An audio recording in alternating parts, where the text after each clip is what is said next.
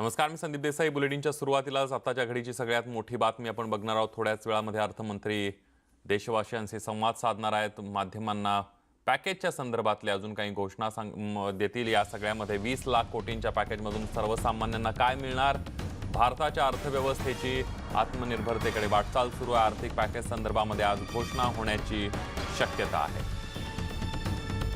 आपण बघतोय सलग 3 दिवस निर्मला सीतारामन या संवाद साधतायत, पॅकेजच्या संबंधी माहिती देत आहेत, अनेक वेगवेगळ्या घोषणा करतायत. ही दृश्य आहे ज्या ठिकाणी ही पत्रकार परिषद होणार आहे. थोड्याच वेळामध्ये त्या तिथे येतील. आज सलग 4था दिवस आहे. पंतप्रधान नरेंद्र मोदी यांनी 20 लाख कोटींच्या पॅकेजची घोषणा केल्यानंतर अर्थमंत्री निर्मला सीतारामन सलग 3 दिवस संवाद साधतायत. आज त्यांचा 4था दिवस आहे. आजही पॅकेजच्या संदर्भातल्या मोठ्या घोषणा होण्याची शक्यता आहे. मागच्या 3 दिवसांमध्ये आपण बघितलं तर मागच्या 3 दिवसांमध्ये अर्थमंत्र्यांनी कोणकोणत्या घोषणा केलेल्या आहेत त्यावर एक नजर टाकूया. दूध उत्पादक आणि पशुपालकांना काय मिळणार त्यावर एक नजर टाकूया. 15,000 कोटी रुपये डेअरी उत्पादकांसाठी देण्यात येणार आहे. दूध उत्पादक शेतकऱ्यांच्या खात्यामध्ये केंद्राची मदत थेट जाईल. तर 560 लाख लिटर दुधाची सरकारकडून 2 महिन्यामध्ये खरेदी करण्यात आली आहे.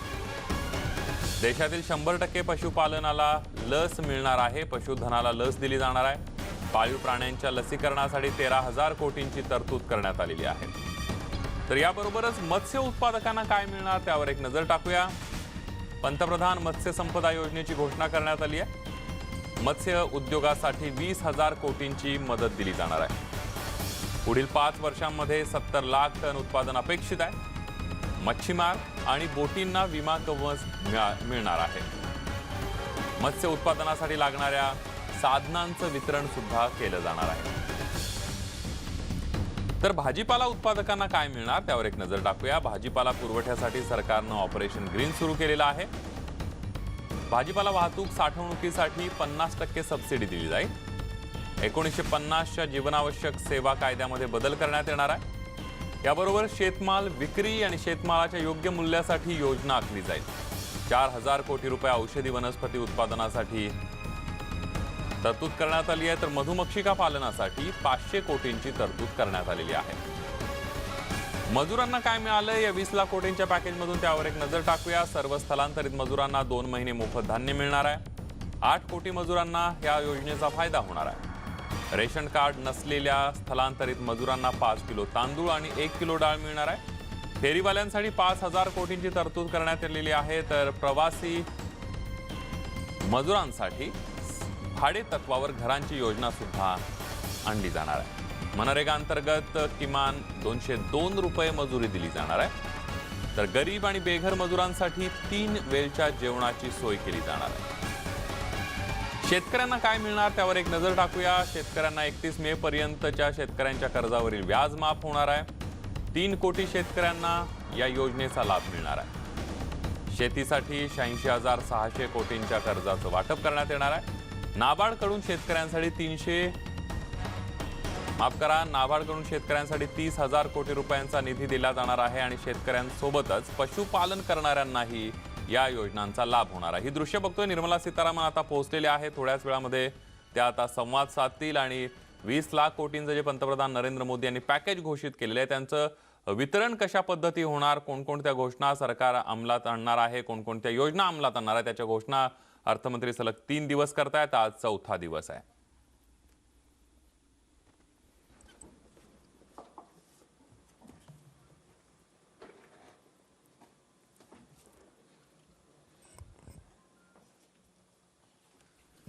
आपण बघतोय आज पुन्हा एकदा 4थ्या दिवशी आज हम आत्मनिर्भर भारत 4थे दिन का जो है वित्त मंत्री जी की तरफ से आप लोगों के ब्रीफिंग के लिए स्वागत करते हैं. और मैं रिक्वेस्ट करता हूं कि आज की ब्रीफिंग मैडम शुरू कर दी जाए.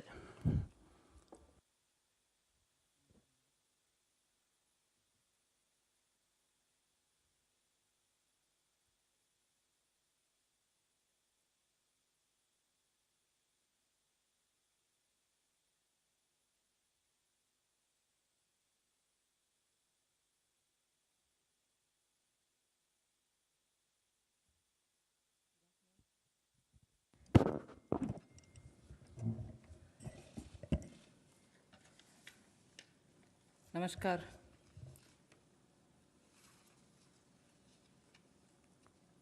Today is the fourth day where, after the Prime Minister's address to the nation on building a Atmanirbhar Bharat, we have been announcing in several tranches the various steps that we want to take to give a stimulus, to help and to extend that little assistance which as a government we should and do it in time, and therefore we had a Pradhan Mantri Garib Kalyan package. Post that, we also ensured that people don't suffer with having to file their returns or comply with taxation and related things. So in stages, we've announced relief for the MSMEs, NBFCs, and so on. But importantly, Prime Minister had also said in building a self-reliant Bharat, we should prepare ourselves also for tough competition so that we become strong, we are able to be, first of all, self-reliant, and at the same time, be sure we are strong enough to face the challenges of the global value chains and also be ready to integrate. I repeat, when we talk of self-reliant Bharat, when we talk of Atmanirbhar Bharat, we are not looking inwards. It's not isolationist policy. It is certainly making India strong, making India rely on its strength and be ready to face the global challenge. Many sectors need policy simplification, whereby we can make it simpler for people to understand what that sector can provide for them, how they can participate in that sectoral related activities, bring in transparency in processes, and so on. So once we decongest sectors, we can also provide the necessary boost. That sector too will become strong enough and competent enough to provide the necessary boost for growth and employment. And as you all know, the Prime Minister has a very strong track record in taking up reforms, deep systemic reforms. I'll just highlight those reforms which are worth recalling. And on those reforms, it was public knowledge, and all of you all covered extensively the efforts that had gone to take everybody on board so that those reforms become everyone's reform. DBT, the direct benefit transfer. Today it's become very useful for us to be able to directly give money in the hands of people. GST, which had been pending for a very long time, all states were taken on board, and GST brought in one nation, one market. IBC, companies waited for decades to have their insolvency-related matters settled.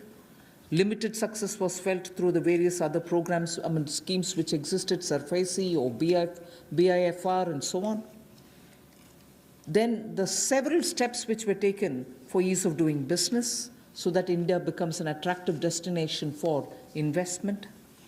You also had the public sector banks reforms, not only just infusing some equity, but also making sure that they become professionally managed, although they are public sector banks, and performing well, but still they needed to have more professionalism. So that was also, and giving independence for them, because that's an area in which I would take extreme pride to say, between 2014 until today, you wouldn't have had one phone call going to any one of the banks saying, give this loan to my cousin or my whoever. No cronyism has been developed through the banks. Direct taxation reforms, Revenue Secretary is here. Most unexpected time, the country saw that a drastic step had been taken, drastic but in a favorable sense. Power sector reforms. Udai was a scheme which was brought in with a great sense of wanting to clean up that sector. It has its challenges, but it was a daring reform. Coal sector, and also water and irrigation. There are many such I can list, but Prime Minister Modi has been absolutely consistent in making sure reforms are taken up. So structural reforms are the focus of today's announcements. Today's announcements are focusing on structural reforms. The sectors in which these measures will be impacting are those sectors with these reforms which are going to be the new horizon for growth. And therefore, we see great potential in more investments which can be drawn with the reforms that we are announcing today. More production can be clearly marked, and certainly it will lead to a lot more employment possibilities.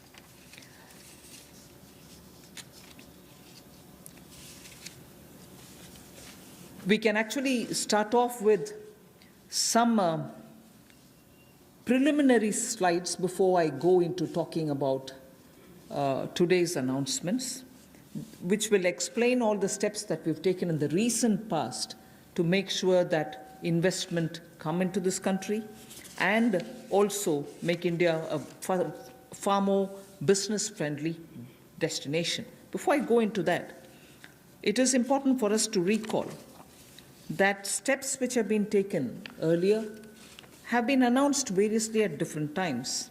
And because of the lockdown and because of COVID, I think time feels like as though it's been a long time since the budget was presented. It was only presented on 1st February.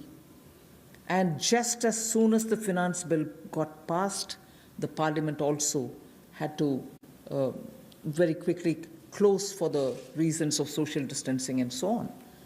And just before February, we announced the National Infrastructure Investment Foundation, the fund that was launched.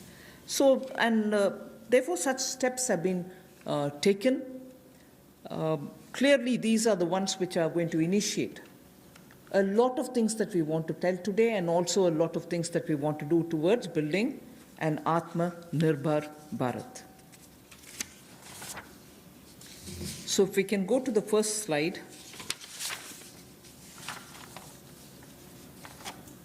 The policy reforms to fast-track investments. In the last couple of months, an empowered group of secretaries has been formed who also looked at project development, and project development cells were formed in various ministries. Ranking of states on investment attractiveness is also being worked out.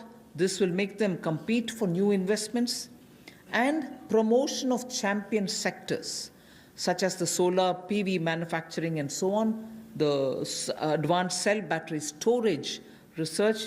These kind of activities are also being given a priority. So for an Atmanirbhar Bharat and for Make in India, such steps are crucial, and we want to make sure that efforts which have been taken clearly give us the confidence that Make in India, which was launched at least 3 years back, as an initiative to change the mindset of people, to bring in new ways of doing business, to make sure that India becomes attractive on its strength, are all being received very well.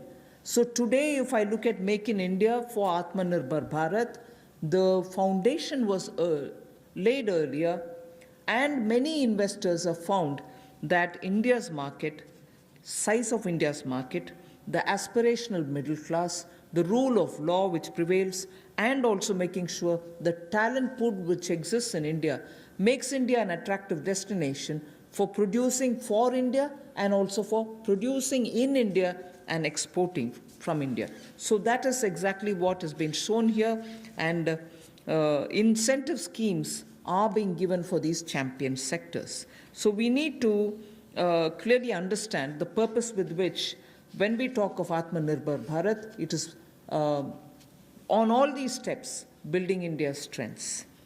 The next slide would show you that attempts and also efforts have already started for upgradation of industrial infrastructure. I'm saying all this because the reform steps that I'm going to announce will have all these also having a play in the various steps that we are announcing. Upgradation of industrial infrastructure is something which we need to talk about afresh, although industrial infrastructure, industrial land banks, and also clusters have been recognized long time back. But they're all somewhat being utilized, many of them lying unutilized. So now using technology, we are making sure these land parcels are, through GPS, GIS mapping, are able to be identified, location cleared, their challenges being identified, common facilities which have to be created will all be done. 3,376 industrial parks and estates and SEZs have between them, have among them 5 lakh hectares, all of them mapped as industrial information system can map them for future use.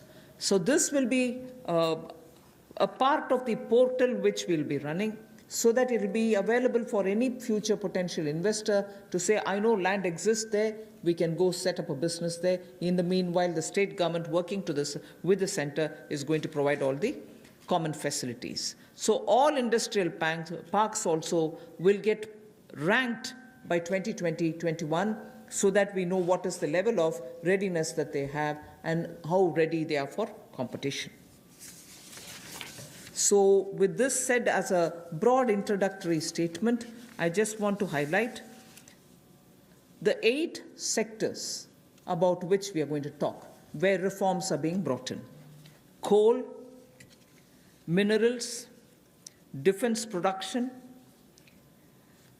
I read out separately the next 3, although they together contribute for flying, airports, and also aerospace-related matters. Airspace management, airports, MRO, which is maintenance, repair, and overhaul. So those 3 all go over to the civil aviation area. Distribution companies in the union territories, power distribution companies in the union territories. Space sector where ISRO and others have been flag bearers for India. Atomic energy. So 8 sectors, but I will be showing you about 10 to 12 slides, all of them explaining each one of these sectors in detail. नमस्कार। आत्मनिर्भर भारत की जो कल्पना माननीय प्रधानमंत्री जी ने हम सबके सामने रखी थी और 20 लाख करोड़ का पैकेज देश भर के लिए लाए थे, उसी कड़ी में आज चौथी प्रेस वार्ता में नए क्षेत्र कौन से हमारे विकास के लिए हो सकते हैं, उसको लेकर क्या बदलाव, क्या रिफॉर्म्स लाई जा सकती हैं, उसको लेकर आज हम आप सबके सामने आए हैं। क्योंकि माननीय प्रधानमंत्री जी ने कई बार पहले भी कहा है, रिफॉर्म, परफॉर्म, ट्रांसफॉर्म, और उसी दिशा में सबसे पहला कदम है रिफॉर्म्स लाने का। पिछले कुछ दिनों में एमएसएमई सेक्टर हो या एग्रीकल्चर सेक्टर हो, इनकी परिभाषाएं चाहे एमएसएमई की हो, ये एसेंशियल कमोडिटीज़ एक्ट की हो, एपीएमसी एक्ट की बात हो, इनको बदलने से ही इतनी पॉजिटिव बातचीत पूरे देश भर में हो रही है। एक सकारात्मक सोच इन दोनों वर्गों में देश भर के करोड़ों लोगों के बीच में चल रही है। एक नया क्षेत्र या बाकी नए क्षेत्र जिनकी माननीय वित्त मंत्री जी ने भी बात कही कि 8 नए क्षेत्रों को लेकर आप सबके सामने आए हैं। ये भी कहा कि आत्मनिर्भर भारत को कड़ी प्रतिस्पर्धा के लिए तैयार रहना होगा, हर चैलेंज के लिए, चुनौती के लिए तैयार रहना होगा, और जहाँ जहाँ नीतिगत बदलाव चाहिए वहाँ वहाँ नीतिगत बदलाव लाने के लिए भी हम लोग तैयार हैं। अब इम्प्लीमेंटेशन की बात आती है, उसके लिए माने ही मोदी जी जाते हैं कि किस तरह से अच्छी इम्प्लीमेंटेशन पिछले 6 वर्षों में करके दिखाई, चाहे वो जीएसटी की बात हो, इंसॉल्वेंसी बैंक्रप्सी कोड की बात हो, जनधन योजना की बात हो, यूपीआई जैसे प्लेटफॉर्म बनाने की बात हो, हर गांव में बिजली और हर घर को राशन देने तक की कोविड-19 की स्थिति में बात हो। तो इसलिए इस सेक्टर्स में भी तेज़ी कैसे आए, फास्ट ट्रैक इन्वेस्टमेंट की कैसे हो, उसके लिए एम्पावर्ड ग्रुप ऑफ सेक्रेटरीज का गठन किया गया है, जो निजी निवेश की मंजूरी के लिए गति देने का काम उसमें से करेंगे ताकि उसमें सहायता मिल सके और आकर्षित हम विदेशी निवेश को कर सकें। प्रत्येक मंत्रालय में प्रोजेक्ट डेवलपमेंट सेल बनेगा जो ये तय करेगा कि किस क्षेत्र में निवेश आ सकता है, कौन निवेशक हो सकता है, इनसे बातचीत करेगा और राज्यों से और केंद्र से बात भी करेगा ताकि निवेश करने वाले को कहीं पर दिक्कत ना आए। एक तरह से हैंड होल्डिंग करने का काम यहाँ पर होगा। राज्यों की रैंकिंग भी होगी, उनकी कितनी अट्रैक्टिव पॉलिसीज़ हैं कि इन्वेस्टमेंट के लिए, यानी कि निवेश के लिए कितनी आकर्षित करने वाली उनकी योजनाएं हैं, उसके ऊपर डिपेंड करेगा उनकी रैंकिंग को। और नए चैंपियन सेक्टर्स को बढ़ावा देने के लिए, चाहे वो सोलर पीवी हो, इसकी मैन्युफैक्चरिंग की बात हो, या एडवांस सेल बैटरी मैन्युफैक्चरिंग की बात हो, इसके लिए भी जो भी इंसेंटिव देने होंगे वो भी हम लेकर आएंगे ताकि इन क्षेत्रों में भी बढ़ावा, ऐसे और कई क्षेत्रों में भी बढ़ावा मिल सके जो नए चैंपियन सेक्टर्स हैं। अब इंडस्ट्रियल इंफ्रास्ट्रक्चर की अगर बात करें, औद्योगिक बुनियादी ढांचे में उसके उन्नयन के लिए इस योजना को लाया गया है ताकि देश भर में जो लगभग 3,376 industrial park, industrial estate, SEZ, ये लगभग 5 लाख हेक्टेयर्स में फैले हुए हैं और इन सब की जानकारी आपको औद्योगिक सूचना प्रणाली यानी कि IIS पर मिलेगी, जिसकी GIS मैपिंग की जाएगी ताकि निवेश करने वाले को कोई दिक्कत ना हो। जो उसको बाद में दिक्कत आती थी ज़मीन से जुड़े मुद्दों को लेकर, वो भी दूर होगी। ज़मीन की उपलब्धता भी 5 लाख हेक्टेयर के लगभग जो इंडस्ट्रियल हमारे स्टेट्स हैं या हमारे पार्क्स हैं उनमें भी जो होगी उसमें उनको लाभ मिलेगा। और इसीलिए इस योजना में बदलाव भी लाया गया है। इसको मिशन मोड पर, चैलेंज मोड पर किया जाएगा ताकि ज़्यादा से ज़्यादा निवेशकों को ज़मीन जल्द से जल्द उपलब्ध राज्यों में करवाई जा सके और इसके लिए कनेक्टिविटी में भी सुधार होगा और कॉमन इंफ्रास्ट्रक्चर जो है उसमें भी अपग्रेड करने का काम किया जाएगा। The first of the 8 sectors that I want to speak about is coal. There are 4 slides all speaking about the various steps, but I will run through about all the 4, even though the sequencing may be a bit different. We are bringing in commercial mining in coal sector. You know, coal, as all of you all know, coal is a government monopoly. That government monopoly is what is now being removed. Commercial mining of coal on a revenue sharing basis would help more coal availability and also more coal availability at market prices. So this will be far more efficient and more people can get to using it. Liberalized entries will be allowed for people to participate for a range of coal blocks, and for those who produce well before the deadline, incentives also will be given. But let's first understand, if India, which is the 3rd richest or which has the 3rd largest and 3rd large valued coal availability in its mines, in untapped mines, meaning it has the 3rd valuable deposit of coal, and we still import coal, and we still sometimes feel that the energy sector is suffering because raw material is not available.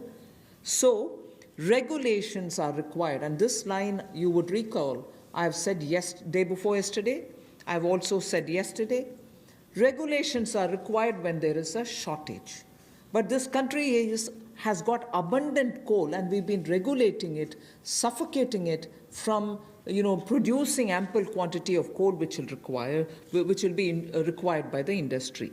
Economy can be benefiting from this kind of opening up. Of course, we are conscious that coal is not so environment friendly. So in order to have coal converted into gas, we are providing incentive so that coal is also used, but the environment commitments of India are honored and we benefit from gasification of coal.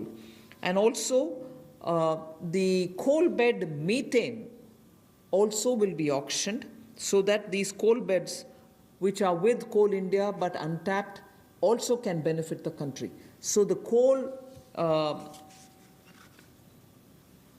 bed methane extraction also will happen through auctioning. 50,000 crores will be spent by Government of India for creating evacuation infrastructure. Because after the coal is mined, brought to the pit head, you don't have enough right kind of infrastructure to have this coal, mined coal, evacuated from there. So 50,000 crores is being given to ensure that evacuation infrastructure is provided. So this is, in short, what is being done to bring in reforms in the coal sector.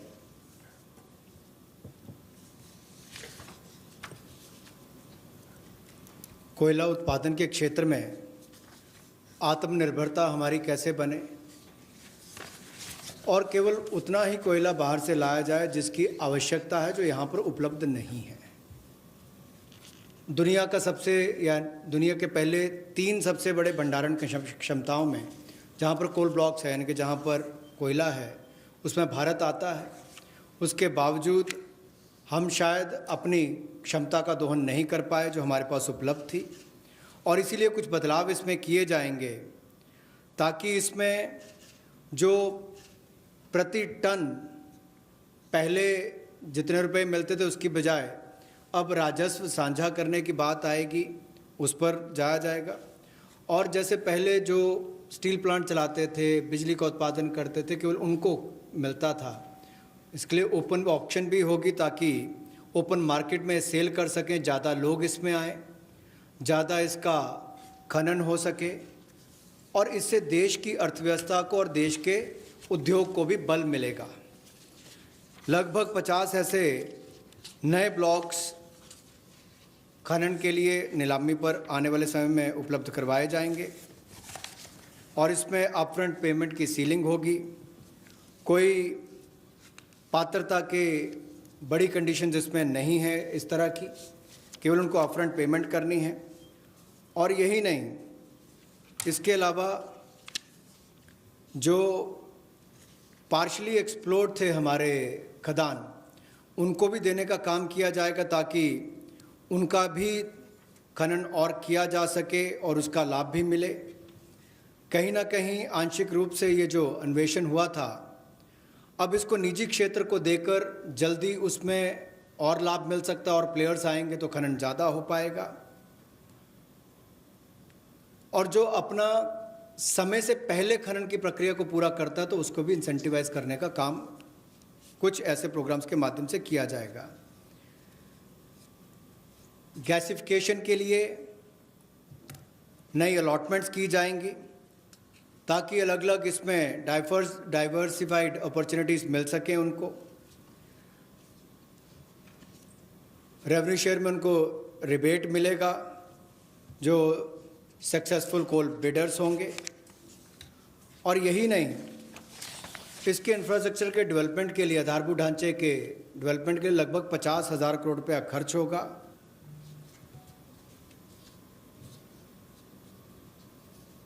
और ये जो कोल India limited की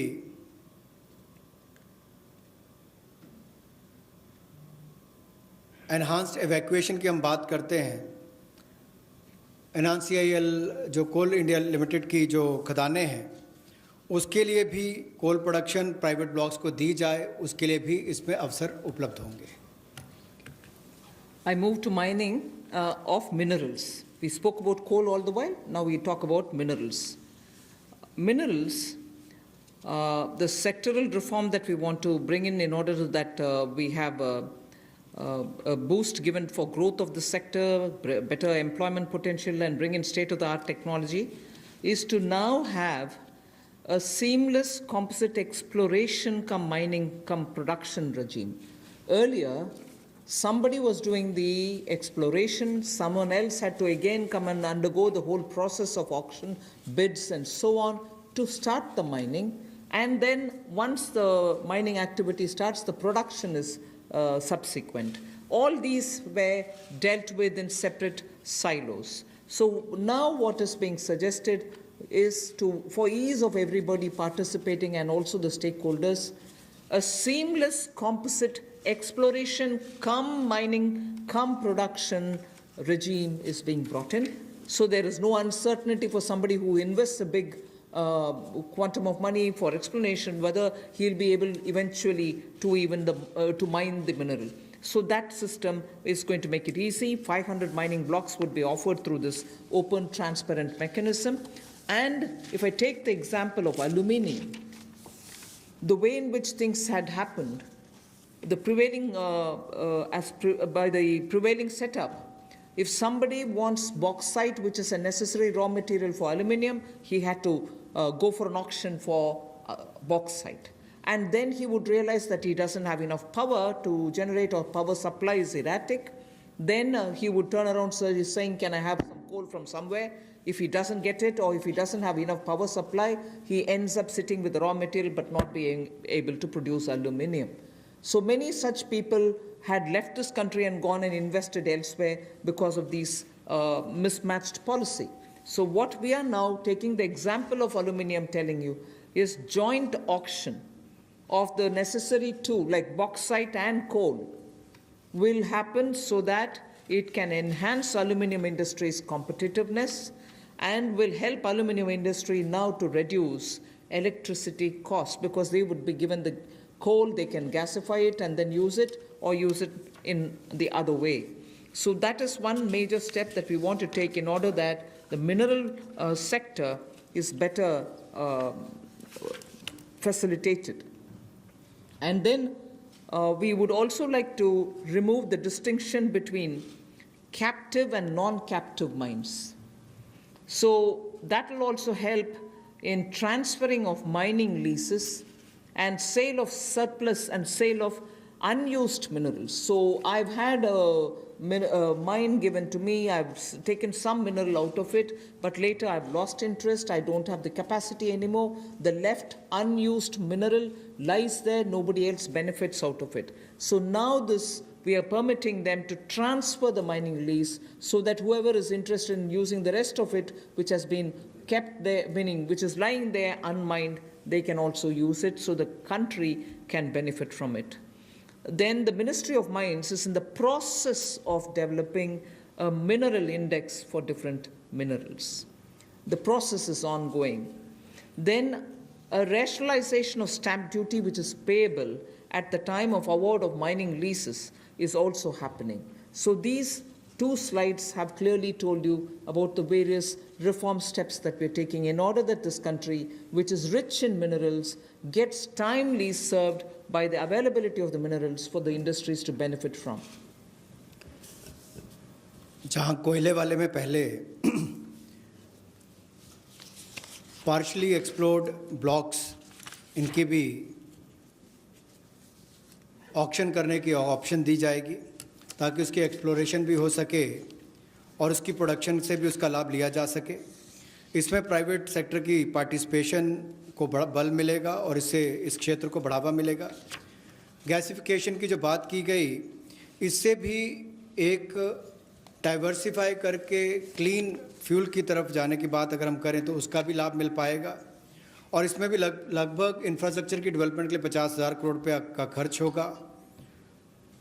और यही नहीं, जो conveyor belt वगैरह बनानी है रेलवे तक जाने के लिए, रेल हेड तक जाने के लिए 18,000 करोड़ रुपये का निवेश उसके ऊपर भी होगा, तो वो भी एनवायरनमेंट फ्रेंडली उस तरह के कदम उस पर उठाए जाएंगे। इससे भी उसको बल मिलने वाला है। और कोयले के क्षेत्र में एक बड़ा कदम है।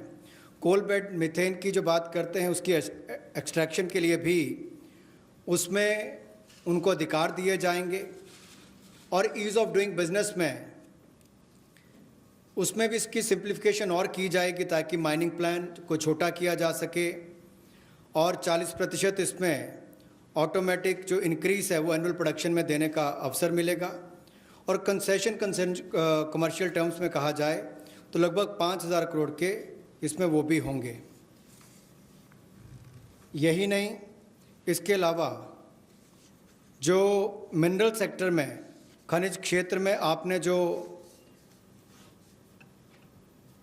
संरचनात्मक सुधार लाने की बात कही है, उसमें भी seamless composite exploration cum mining production regime की हम बात करते हैं कि इसको लाएंगे और 500 माइनिंग ब्लॉक्स ये उपलब्ध करवाए जाएंगे और इसमें भी बॉक्साइट और कोल मिनरल ब्लॉक्स इसकी जॉइंट ऑक्शन हो, नीलामी प्रक्रिया हो, इसको बल दिया जाएगा ताकि जो एल्युमिनियम इंडस्ट्री है इससे उसको लाभ मिलेगा।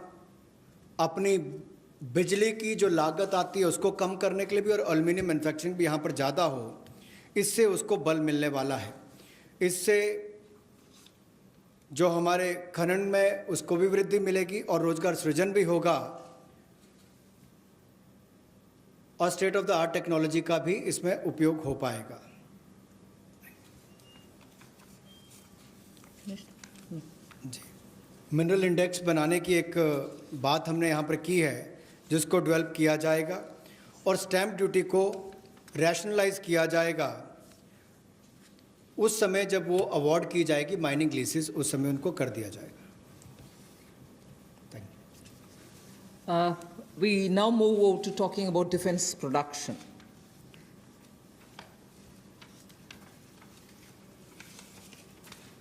Make in India and self-reliance have now, as I said, become a partner in the sense of for self-reliance, Make in India is absolutely necessary. And particularly when you're talking about critical industries like defense, we need to be self-reliant where we really can be.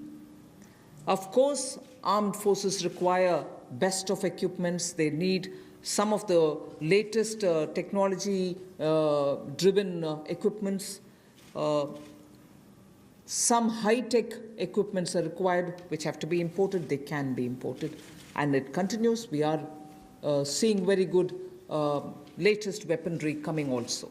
But some of those which are being produced in India can be bought in India, and therefore we have now come to a conclusion that we shall notify. This is done with the consultation with the Department of Military Affairs. We shall notify a list of weapons and platforms which shall be not allowed for import, but we shall have them bought from India. So the import of this listed set of equipments shall not be allowed. They shall be banned. And every year this list will be increased because more capacities which come to be recognized, which meet the standards, which meet the defense standards, will be obtained from India. As they say, the Defense's General Staff qualitative requirements, the GSQRs for weapons and platforms, will all be honored, but those list of items which get notified can only be purchased from India. Indigenization of some imported spares will also be given priority. For years, we have been producing spares which are good enough for even those imported vectors, imported weaponry, imported platforms. Unless we are able to do that, the spares are also something which India probably can produce but are getting imported. So indigenization of imported spares. Then for all this, a budget provision, a separate budget provision will also be given for domestic capital procurement. So this is going to be something with which the defense can make sure that their import bill can come down. This is done in consultation with the Department of Military Affairs, and this will be an important step towards making sure that Indian producers of defense equipments which are absolutely meeting with the standards which the armed forces would want will be purchased from India.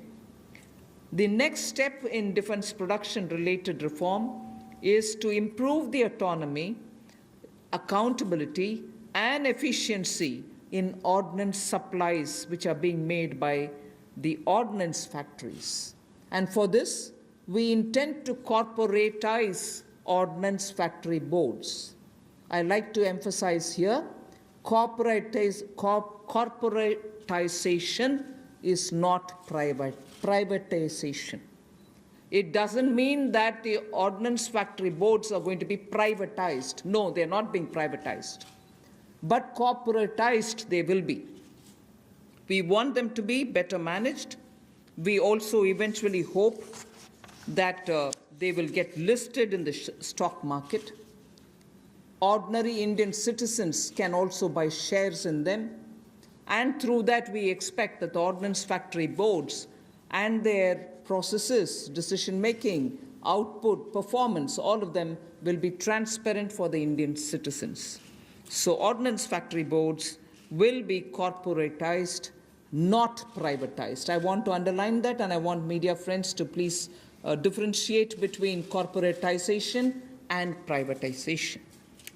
The next set of things about defense production is that FDI limits are being raised from 49% to 74%. Of course, it will have the security clearances and everything else, as always. And then we'll also have a mechanism established so that time-bound defense procurement processes happen. There will be a project management unit set up. Support will be given for contract management purposes. Then as I said earlier, a realistic setting for the general staff qualitative requirements, the GSQRs as they're known, of weapons and platforms will be made, because sometimes unrealistic quality requirements are established and quite a lot of time is spent in searching for suppliers who will meet all those requirements. You end up with just one supplier, and just buying it from one supplier is not permitted, and then you do the entire circle all over again. So realistic setting of qualitative requirements is something on which we'll place emphasis, and above all, overhauling of the trial and testing processes. Yes, we understand India is a country which has different climatic and geospatial requirements, tropical, coastal, Himalayan, high altitude, and everything else. But we still need to be far more efficient in trial and testing of procedures.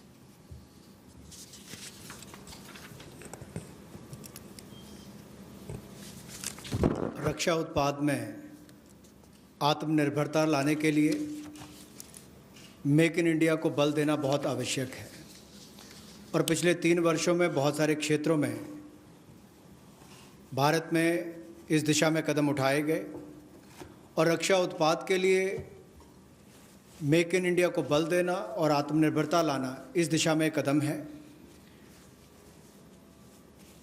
Weapons की list को notify किया जाएगा, platforms की list को notify किया जाएगा, और उन पर बैन लगाया जाएगा इंपोर्ट के लिए।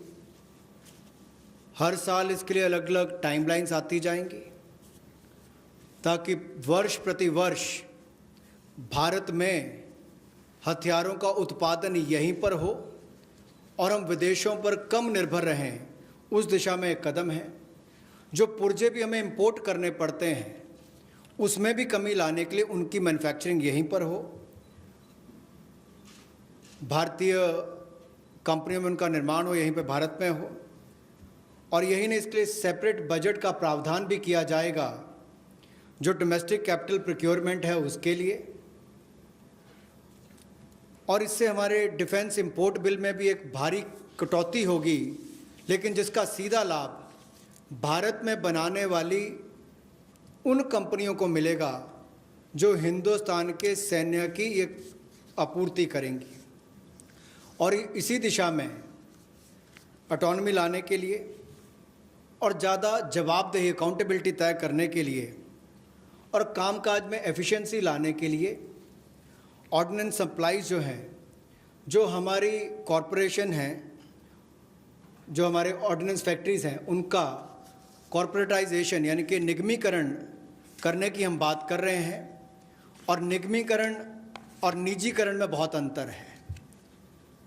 ऑर्डिनेंस फैक्ट्री बोर्ड का निगमीकरण होगा ताकि उनके कामकाज में और सुधार हो, बेहतर प्रोडक्ट बन सकें, सेना को और अच्छे हथियार मिल सकें, दुनिया भर के देशों पर हमारी निर्भरता कम हो, हिंदुस्तान के अंदर और रोज़गार पैदा हो सके, कंपनियों को लिस्टिंग कराकर उनकी भी क्षमता बढ़ाने का काम किया जा सके, कुल मिलाकर पारदर्शिता और बेहतर प्रदर्शन की ओर हम आगे बढ़ सकें। इसलिए निगमीकरण करना बहुत आवश्यक है। इसलिए ऑर्डिनेंस फैक्ट्री बोर्ड का निगमीकरण किया जाएगा। और दूसरा रिफॉर्म्स, जहां एफडीआई लिमिट है डिफेंस मैन्युफैक्चरिंग के क्षेत्र में, वो स्वचालित प्रत्यक्ष विदेशी निवेश के लिए 49% से बढ़ाकर 74% कर दी जाएगी। यानी कि automatic defence route, automatic FDI का जो रूट है उसके लिए 49% से 74% उसको कर दिया जाएगा लिमिट को। और time bound defence procurement process हमारा हो, इसके लिए त्वरित फैसले लेने का भी काम किया जाएगा। अनुबंध प्रबंधन के लिए प्रोजेक्ट मैनेजमेंट यूनिट का गठन किया जाएगा। और जो GSQRs हैं वेपन्स और प्लेटफॉर्म्स की, उसको भी व्यवहारिक बनाने का काम किया जाएगा। और जो हमारे प्रशिक्षण की प्रक्रियाएं हैं जिसमें बहुत लंबा समय, कई बार वर्षों तक लग जाते हैं, उसका जीर्णोद्धार भी किया जाएगा ताकि उसमें कम समय लगे और जल्दी प्रोक्योरमेंट करने का, ताकि टेस्टिंग समय पर हो जाए, ट्रायल्स हो जाए और हम समय पर उनका ऑर्डर कर सकें। The next three relate to civil aviation. I'll be fairly speedy about them. One relates to airspace management. The next relates to PPP and airports which are being given for management and maintenance. Then MRO hub. The three are put together relating to civil aviation. The first is the airspace management. Just to give you a background, only about 60% of the Indian airspace is freely available. And that's because airspace is fairly restricted for its use for civil purposes and defense purposes. This means that all these years, all these decades, we have been flying to most destinations, not through the shortest route, but slightly longer routes, which means you're having more time in the air. This actually has to be rationalized. Optimum utilization of airspace is best, because after all, the fuel spent is also something which we import. Huge bill goes for that. Finally, the customer ends up paying more price for the flying. And for pilots, it's an extra hour of flying or half an hour of flying. Above all, if we are able to optimally utilize the airspace and reach quickly, every one of our time is saved. And therefore, now rationalization is going to happen. We will be able to get to our destination at the shortest possible time, thus saving travel time, thus saving fuel, thus saving also the pilot's flying time. This is an environment-friendly step, but having very big implication on India's fuel importable and also for civil aviation, which in India has biggest potential in growth. Civil aviation is up for a big leap. So the airspace availability through which the flying time is influenced is going to be better. That is one. The second that I'd like to tell you about is 6 more airports are for auction, and the Airports Authority of India shall do it on public-private basis, PPP basis. Additional investments also are likely to happen by private players in about 12 airports, which they are already holding, for better world-class facilities to be brought in. So majorly, airports in India will become far more with better facility and customer experience. This has financial implications to the extent not so much for the budget, but the AAI, the Airports Authority of India, will get a down payment of 2,300 crores, and also the first and second rounds of investments are expected to get 13,000 crores. So this is one step which will at a time increase better facilities and also make our airports a lot more worthy experience for the passengers. The third in this, because it's all pertain to civil aviation, is making India an MRO hub. This was mentioned also in the budget. Maintenance, repair, and overhaul of aircrafts is a big business. Most of the Indian aircrafts themselves go abroad to do their repair works, spend on parts there, and also come back for after the overhaul to India. But maintenance and repair and overall, India has all the capacities, manpower skills required, soft skills required, and also India can then be the center for many of the flights which go towards Southeast Asia, long distance to Australia, similarly westwards also. If we make sure that MRO's ecosystem is created in India, for which the tax regime has already been altered so that it favors setting up MRO in India. This is a major step that we want to make sure that India benefits from. And in this, not just civil aircrafts, but also defense aircrafts can also be benefiting from the MRO, which if we make India as a huge hub. Maintenance cost for all airlines will come down, and that again will have a ripple effect on the passengers. The travelers can probably pay less after that. So these are three put together reforms for the civil aviation sector. Civil aviation sector को लेकर जो 3 बड़े कदम हैं, हम सबको पता है समय की बहुत कीमत है और हर व्यक्ति के समय को बचाने का प्रयास किया जाए। इसके लिए हवाई क्षेत्र में, यानी कि जो हवाई जहाज से उड़ते हैं उनके लिए अगर कुल मिलाकर देखा जाए तो मात्र 60% भारतीय हवाई क्षेत्र जो है वो नागरिक विमानों के लिए उपलब्ध है। इसलिए भारतीय नागरिक विमानों को लंबे रास्ते लेने पड़ते हैं, जिसमें लोगों का समय भी जाता है, फ्यूल भी ज़्यादा कंज्यूम होता है। अब भारतीय हवाई क्षेत्र की इस पाबंदी को और सरल और जो हम सुगम बनाएंगे, जिससे नागरिक विमानों के लिए कम समय लगेगा और वो ज़्यादा दक्ष बन सकेंगे। मिलिट्री अफेयर विभाग के साथ समन्वय करके इसको 2 महीने के अंतर्गत सुलझा लिया जाएगा और अवसर उपलब्ध करवाए जाएंगे। इससे विमानन क्षेत्र को 1000 करोड़ रुपए का फ़ायदा होगा, जिससे सीधे तौर पर अगर आप देखें तो एयर टर्बाइन फ्यूल वो बचेगा, तो हमारा इंपोर्ट बिल भी कम होगा, लोगों का समय बचेगा, एनवायरनमेंट बचेगा, पर्यावरण को बचेंगे और समय कम लगेगा। ये एनवायरनमेंट फ्रेंडली इनिशिएटिव भी हमारा है और एयर स्पेस की मैक्सिमम यूटिलाइजेशन भी हो सकेगी। दूसरा, हवाई अड्डों पर अच्छी सुविधाएं और कैसे मिले, इसके लिए वर्ल्ड क्लास एयरपोर्ट्स पीपीपी के माध्यम से, प्राइवेट पार्टनरशिप के माध्यम से कैसे हो। एयरपोर्ट अथॉरिटी ऑफ इंडिया ने ये सार्वजनिक निजी साझेदारी के तहत 6 में से 3 हवाई अड्डों का अनुबंध प्रदान किया है और इसमें से जहां पहले 540 करोड़ रुपया आता था प्रतिवर्ष, अब 1000 करोड़ रुपया आता है। और इसके अलावा एयरपोर्ट अथॉरिटी ऑफ इंडिया को डाउन पेमेंट भी लगभग 2300 करोड़ रुपए की मिलेगी। ये एनुअल रेवेन्यू जो 6 एयरपोर्ट्स का है, और 6 और एयरपोर्ट्स को आइडेंटिफाई किया गया है दूसरे राउंड की बिडिंग के लिए। इसका बिड प्रोसेस भी जल्द शुरू कर दिया जाएगा। अतिरिक्त निवेश जो हम इस प्राइवेट प्लेयर्स के माध्यम से देख रहे हैं निजी क्षेत्र में, ये 12 हवाई अड्डों में पहले और दूसरे चरण में लगभग 13,000 करोड़ रुपए का आएगा। 13,000 करोड़ रुपए का निवेश पहले और दूसरे चरण में 12 हवाई अड्डों में आएगा और 6 और एयरपोर्ट्स के लिए भी जल्द ही तीसरे राउंड में बिडिंग की प्रक्रिया, नीलामी की प्रक्रिया शुरू हो जाएगी।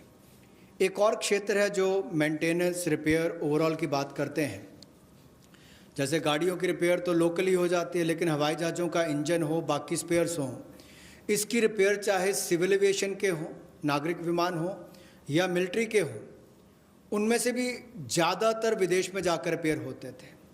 तो एक और हमारे यहाँ के लोगों का रोजगार के अवसर छीनते थे, दूसरा बाहर जाकर उनको मेंटेनेंस करवानी पड़ती थी।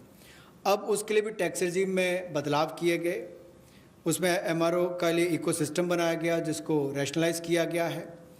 इससे लगभग जो 800 करोड़ से लेकर 2000 करोड़ रुपया 3 वर्षों में एयरक्राफ्ट के कंपोनेंट्स की रिपेयर के लिए या एयरफ्रेम की मेंटेनेंस के लिए जो खर्चा होता है उसमें भी बचत होगी और वो काम यहीं पर मिलना शुरू हो जाएगा हिंदुस्तान के अंदर।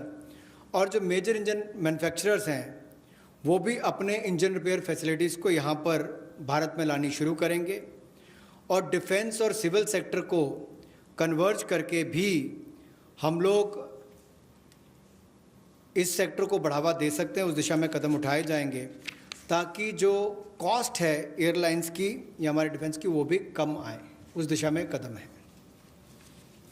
I move to talking about the next reform step. The power distribution companies in union territories shall be privatized. And that is likely to be also, it will be in line with the tariff policy which is soon to be announced. The tariff policy reform will of course talk about consumer rights. The inefficiencies of DISCOMs will not become a burden on consumers. DISCOMs will ensure adequate power. The standard of service that they provide will improve, and they will promote industry better by providing open access. Sustainability is an issue with power sector. We want to be sure that timely payments to the GenCos happen. You are aware that 90,000 crores have been given this time because DISCOMs were not able to pay or service their dues to the GenCos. Such disruptions or ups and downs should be avoided, and DBT also for subsidy receiving beneficiaries will be given directly, and smart prepaid meters will be set up, about which I had mentioned in the budget also. So tariff policy coming into place will also see one more major step, in that in the union territories we shall make sure that the DISCOMs are privatized. Suboptimal performance of power distribution and supply can never be in favor of the customer. So that is as regards power sector reforms.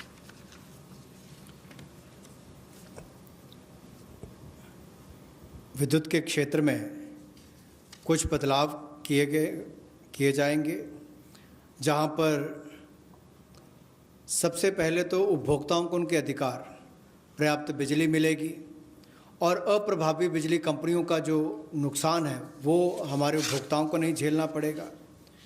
Discoms को पर्याप्त बिजली उपभोक्ता को उपलब्ध करवानी पड़ेगी, load shedding करने वाले को पेनलाइज किया जाएगा।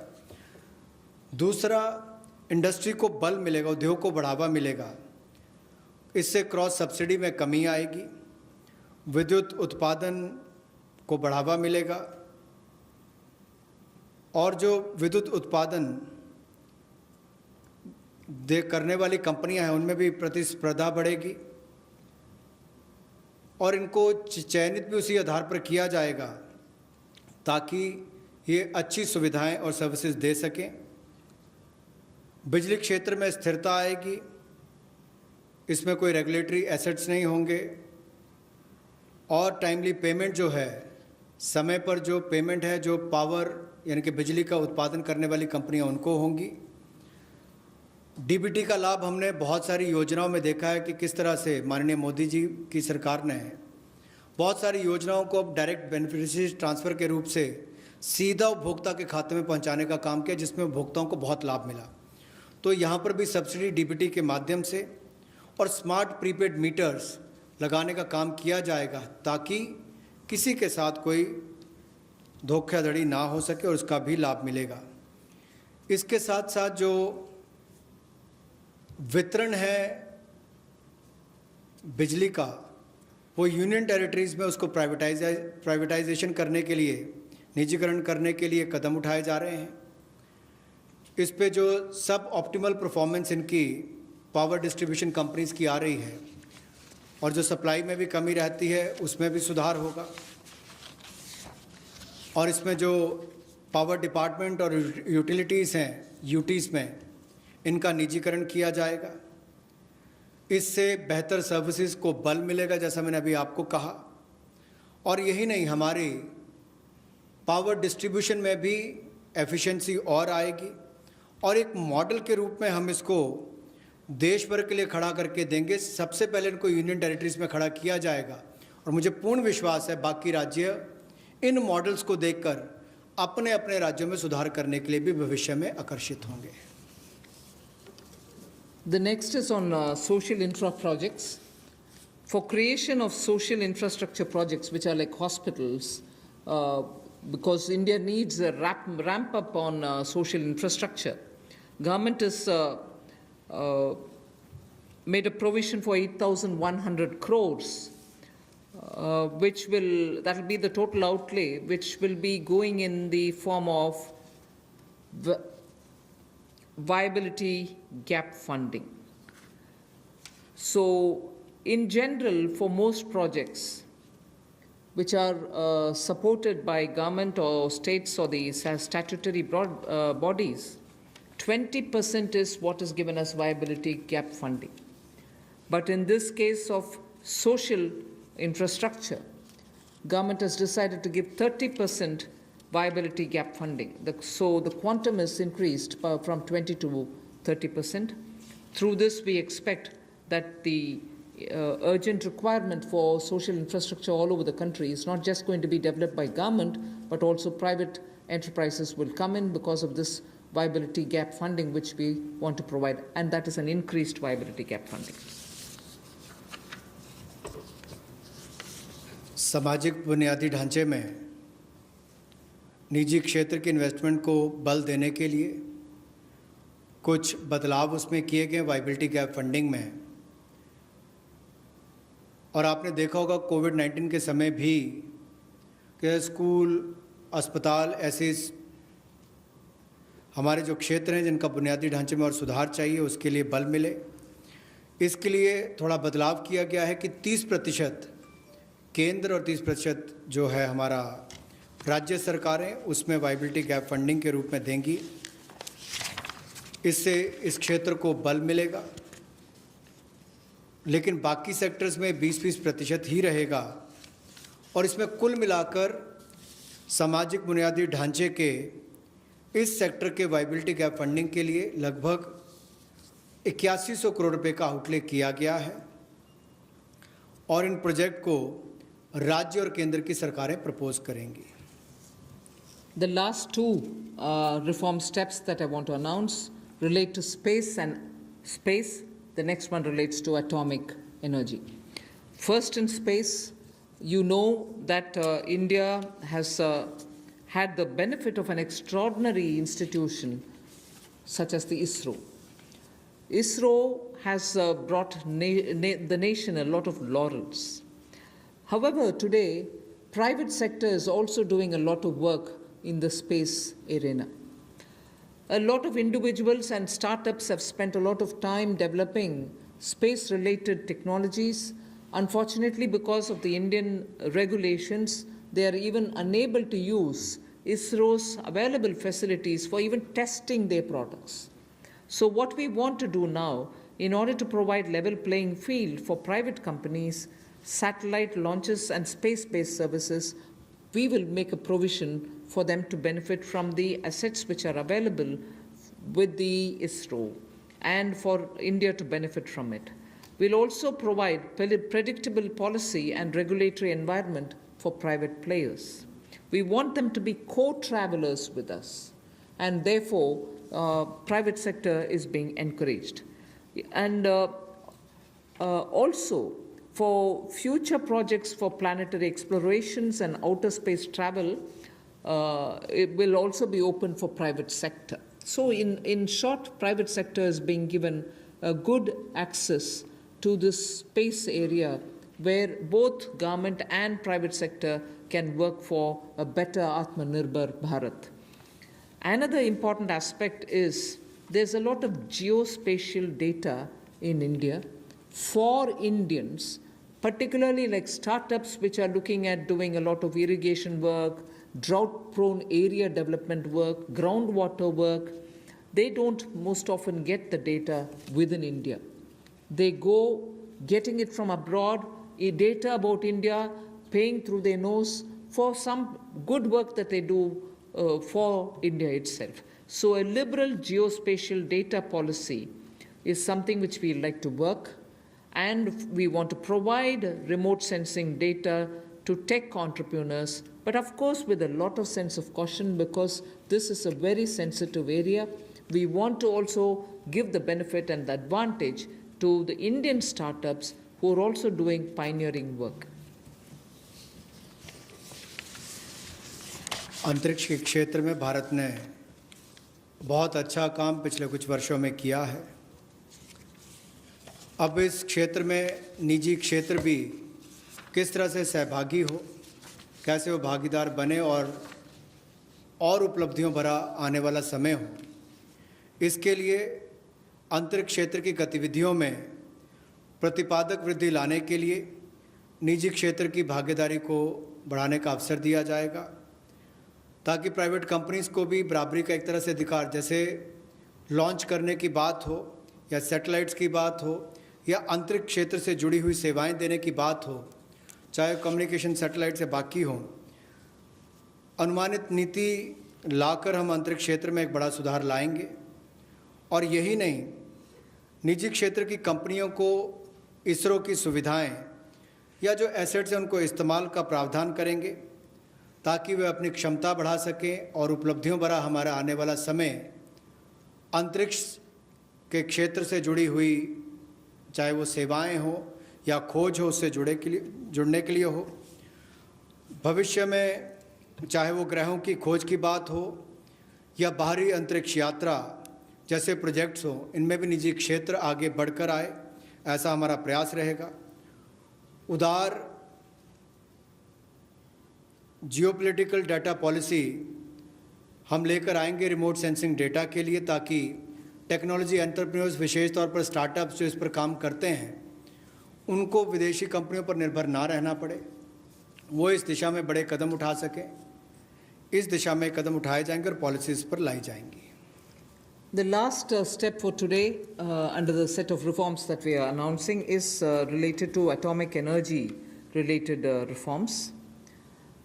There shall be a research reactor in PPP model which will be established only for the production of medical isotopes. Now, medical isotopes are increasingly used in cancer treatment. In fact, India has earned a lot of goodwill from very many countries which had India supply them these isotopes. So, absolutely for promoting welfare of humanity through affordable treatment for cancer and other diseases, we shall be establishing a research reactor in PPP mode, and that will produce medical isotopes. The next is establishing facilities in, again, PPP mode. Atomic energy is completely with the government, but here are the ways in which we are bringing in the PPP mode, establishing facilities in PPP mode to use irradiation technology, the radiation technology, for food preservation. Radiation technology, as you know, at one point in time, the government also was discussing it, and a lot of you all were asking us questions. In crops which are like perishable crops like onions, most often when there is a good crop, because of its short shelf life, they are normally sold at a absolutely low price, or they are left to rot. Whereas when you use radiation technology, we are able to provide it the necessary qualities with which it can be stored for a longer time. Shelf life of perishable goods like onions can be improved and longevity given. This is something on which technology development cum incubation centers being established now will also set up a kind of synergy between research facilities and tech entrepreneurs who can develop such technologies which will be used for very many daily use matters such as vegetables and fruits preservation and so on. So this pertains to reforms in atomic energy, and that's my last slide. Atomic energy से related जो हमारी reforms हैं उस पर जो cancer के क्षेत्र में भी भारत ने दुनिया भर में दवाइयाँ देने का काम हो या कोविड-19 के समय भी दुनिया भर के देशों को यहाँ से फार्मा सेक्टर ने जो दवाइयाँ भेजी उसमें और आगे हम क्या कर सकते हैं, मेडिकल आइसोटोप्स का उत्पादन करने के लिए पीपीपी मोड में रिसर्च रिएक्टर्स का स्थापना करेंगे और इससे मानवता की सेवा को और बल मिलेगा। और भारत ने जो कोविड-19 के समय हो या कैंसर की ट्रीटमेंट के लिए भी इससे पहले लगातार दुनिया भर के देशों को यहाँ से मेडिसिन देने का काम किया हो, उस दिशा में भी हम कदम आगे बढ़ा सकें। पीपीपी मोड में जहाँ फैसिलिटीज़ देने की बात है, वहीं पर पिछले कल हमने कहा था टॉप से टोटल, टोमेटो, ऑनियंस, पोटैटो से टोटल यानी कि सभी सब्जियों के लिए 500 करोड़ रुपए का जो हम प्रावधान 6 महीने के लिए लेकर आए थे कि पेरिशेबल गुड्स सड़गल ना जाएं, उनको भंडारण की क्षमता हो, तो उस दिशा में भी और काम हो सके और फैसिलिटीज़ बना सकें। तो उसी लिए ये पीपीपी मोड में एकीकृत खाद्य संरक्षण केंद्र हम लोग विकिरण टेक्नोलॉजी यानी कि इरेडिएशन टेक्नोलॉजी के माध्यम से बनाएंगे ताकि हमारे कृषि क्षेत्र को भी इससे बल मिल सके और भंडारण की क्षमताओं को भी इसका लाभ मिल सके। इसके अलावा जो दुनिया भर में भारत के युवाओं ने स्टार्टअप्स के माध्यम से भारत का नाम रोशन किया है, दुनिया के अग्रणी देशों में भारत को लाकर खड़ा किया, ये भारत के युवाओं की एक बहुत बड़ी उपलब्धि है। उसी दिशा में ये स्टार्टअप के रोबस्ट इकोसिस्टम को हम न्यूक्लियर सेक्टर के साथ जोड़ने जा रहे हैं ताकि टेक्नोलॉजी डेवलपमेंट कम इंक्यूबेशन सेंटर्स को सेटअप किया जा सके, इनकी सिनर्जी हो हमारे रिसर्च फैसिलिटीज़ और टेक्नोलॉजी एंटरप्रेन्योर्स के बीच में। एक बहुत बड़ा कदम है इस दिशा में कि एक नया क्षेत्र हमारे देश के युवाओं को अपनी प्रतिभा दिखाने के लिए मिलेगा। स्टार्टअप्स के माध्यम से उन्होंने दुनिया भर में भारत का नाम रोशन किया है, उससे बल मिलेगा और निश्चित तौर पर इससे आगे बढ़ने के अवसर मिलेंगे। और वहीं पर टॉप से टोटल में हमें टेक्नोलॉजी का लाभ भी किसानों के लिए और भंडारण क्षमता के लिए मिलेगा। बहुत बहुत धन्यवाद। धन्यवाद। Friends, we can take some questions, otherwise 12. आपण बघतोय की अर्थमंत्र्यांची पत्रकार परिषद सुरू आहे आणि त्यामध्ये 3 दिवसानंतर आज चौथ्या दिवशी सुद्धा अनेक क्षेत्रांबाबत अर्थमंत्री घोषणा करतायत आणि या सगळ्याचे अपडेट घेत राहणार आहोत। एक छोटासा ब्रेक घेऊन पुन्हा परतूया। पहा फक्त न्यूज 18 लोकमत।